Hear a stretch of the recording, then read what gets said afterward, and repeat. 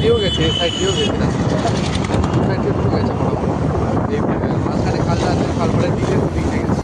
এখন আমি আছি কাঁথি সেন্ট্রাল, আর এই সেন্ট্রাল থেকে আমাদের যে বর্তমান মুখ্যমন্ত্রী শুভেন্দু অধিকারী, তার বাড়ি খুব বেশি একটা দূরে নয়, সামান্য ডিস্টেন্স। ওনার বাড়ির সামনে দিয়েই এখন যাব, দেখব কি কি প্রোটোকল আছে, আমাদেরকে যেতে দেয় কি না, এন্ট্রি দেয় কি না।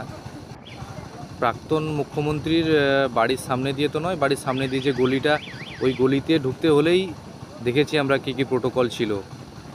ব্যারিকেড, সেন্সার, 24 ঘন্টা পুলিশ ফোর্স।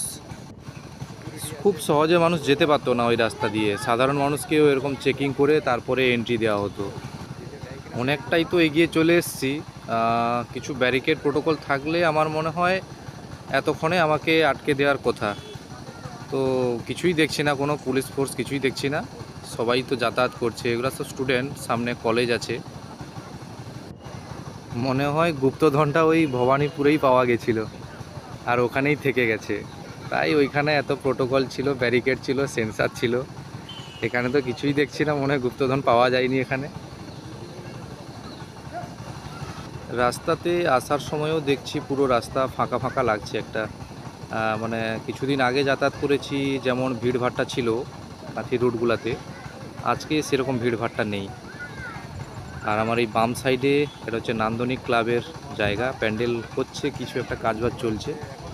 সবচেয়ে বড় পুজো এখানে হয় দুর্গাপূজা কাঁথির বুকে, এটা হচ্ছে নান্দনিক ক্লাবের পুজো।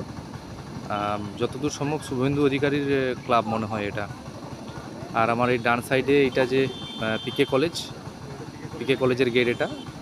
এই কলেজের জাস্ট অপোজিটে আমার বাম সাইডে কয়েকটা দোকান আছে, এই দোকানের পেছনেই শুভেন্দুবাবুর বাড়ি, এটাই ওদের কলোনি। কিছুটা গেলে সামনে এন্ট্রির গেটও আছে।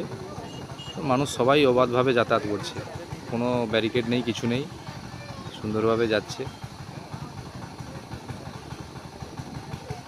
ওই যে সামনে গেরুয়া পতাকা দেখা যাচ্ছে, ওই দিক দিয়ে যেতে হবে, জাস্ট বাম সাইডে এই রাস্তাটা, এই দিকেই শুভেন্দুবাবুর বাড়ি। তো কোনো পুলিশ নেই, কিছু নেই, এখানে কোনো প্রোটোকল নেই, সাধারণ মানুষের মতন। পরিষ্কারভাবে বোঝা যাচ্ছে গুপ্তধনটা কতটা পরিমাণ ওখানে ছিল, তাই কত ধরনের ব্যারিকেড দিতে হয়েছিল। যাই হোক,